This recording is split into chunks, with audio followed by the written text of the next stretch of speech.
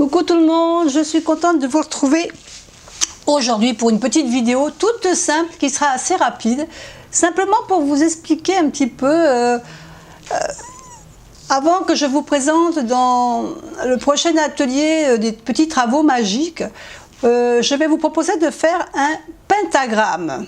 Donc vous voyez, vous l'avez ici en petit dessin. Mais avant, je voudrais quand même vous donner des petites explications sur ce pentagramme.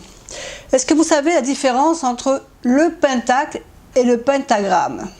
Quelle différence y a-t-il entre ces deux termes? Le pentagramme est une forme géométrique qui forme en fin de compte une étoile à 5 branches. Alors, je vais vous montrer par exemple, voilà. Ça, c'est un pentagramme. C'est la forme géométrique qui forme en haut, la pointe en haut, les deux en bas et les deux sur le côté. Donc ça s'appelle un pentagramme. Et maintenant le pentacle c'est le pentagramme mais entouré d'un cercle.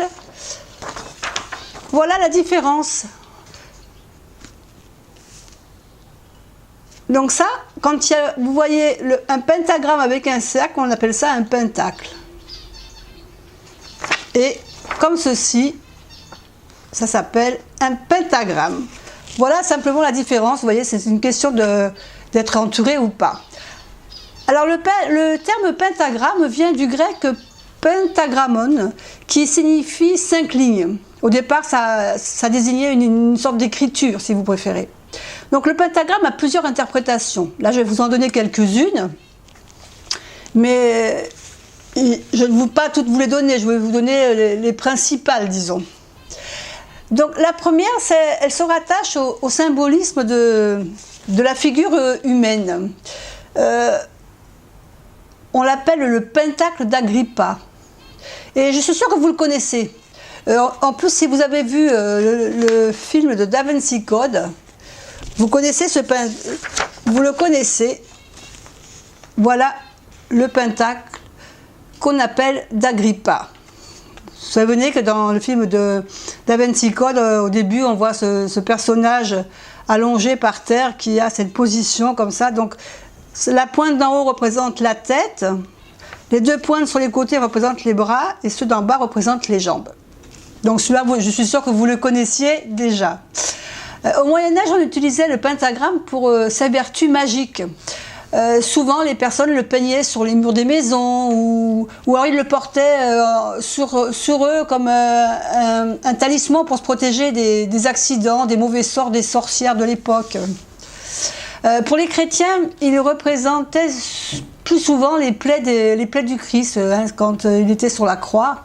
Donc ça représentait les plaies qu'il avait eues, avec la couronne d'aubépine et les mains et les pieds qui avaient été cloués sur la croix.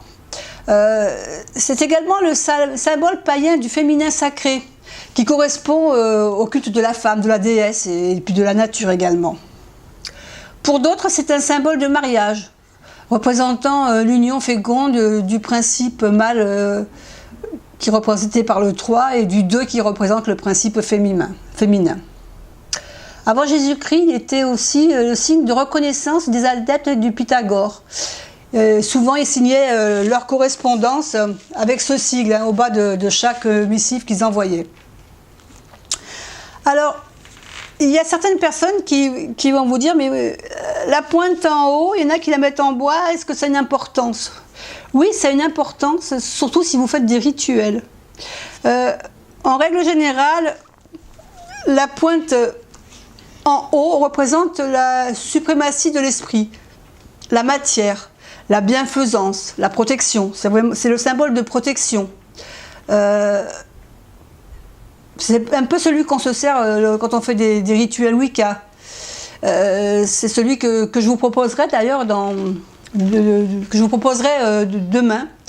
Si vous voulez faire votre pentagramme, c'est celui que je vais vous proposer de faire dans les petits travaux magiques. Comme ça, vous pourrez le mettre sur votre autel pour le décorer pour le Sama de Mabon qui va bientôt commencer. Donc, on a également pentacle universel. Alors le pentacle universel, comme ça je vais vous expliquer exactement. Donc le pentacle universel, c'est celui, voilà, vous voyez à l'écran, où on représente donc l'esprit. Donc la pointe en haut représente l'esprit. La pointe ici représente l'air, et ici l'eau, le feu et la terre. Et en plus, vous voyez, vous avez les symboles. Donc ça, c'est la représentation un peu classique, disons, du pentagramme, que vous pouvez trouver dans les sorcières ou la magie blanche. Enfin, moi, je trouve, enfin, je dis qu'il y a de la magie tout court, mais c'est de la magie qui veut du bien. Donc, cette signification, c'est en règle générale celle que je vous ferai faire avec la pointe en haut. Pourquoi? Parce que la pointe en bas, si on met la pointe en bas, c'est plutôt l'emblème de la destruction, du diable. Il est utilisé pour invoquer les forces du mal.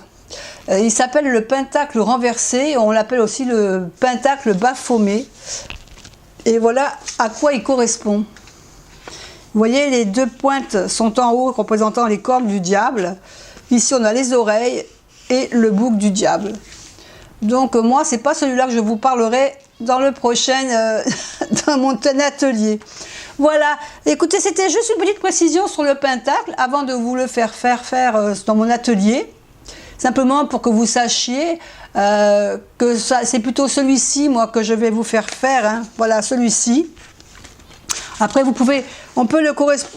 peut correspondre également à celui-ci, parce que vous voyez ici, on a la tête, donc ça représente l'esprit.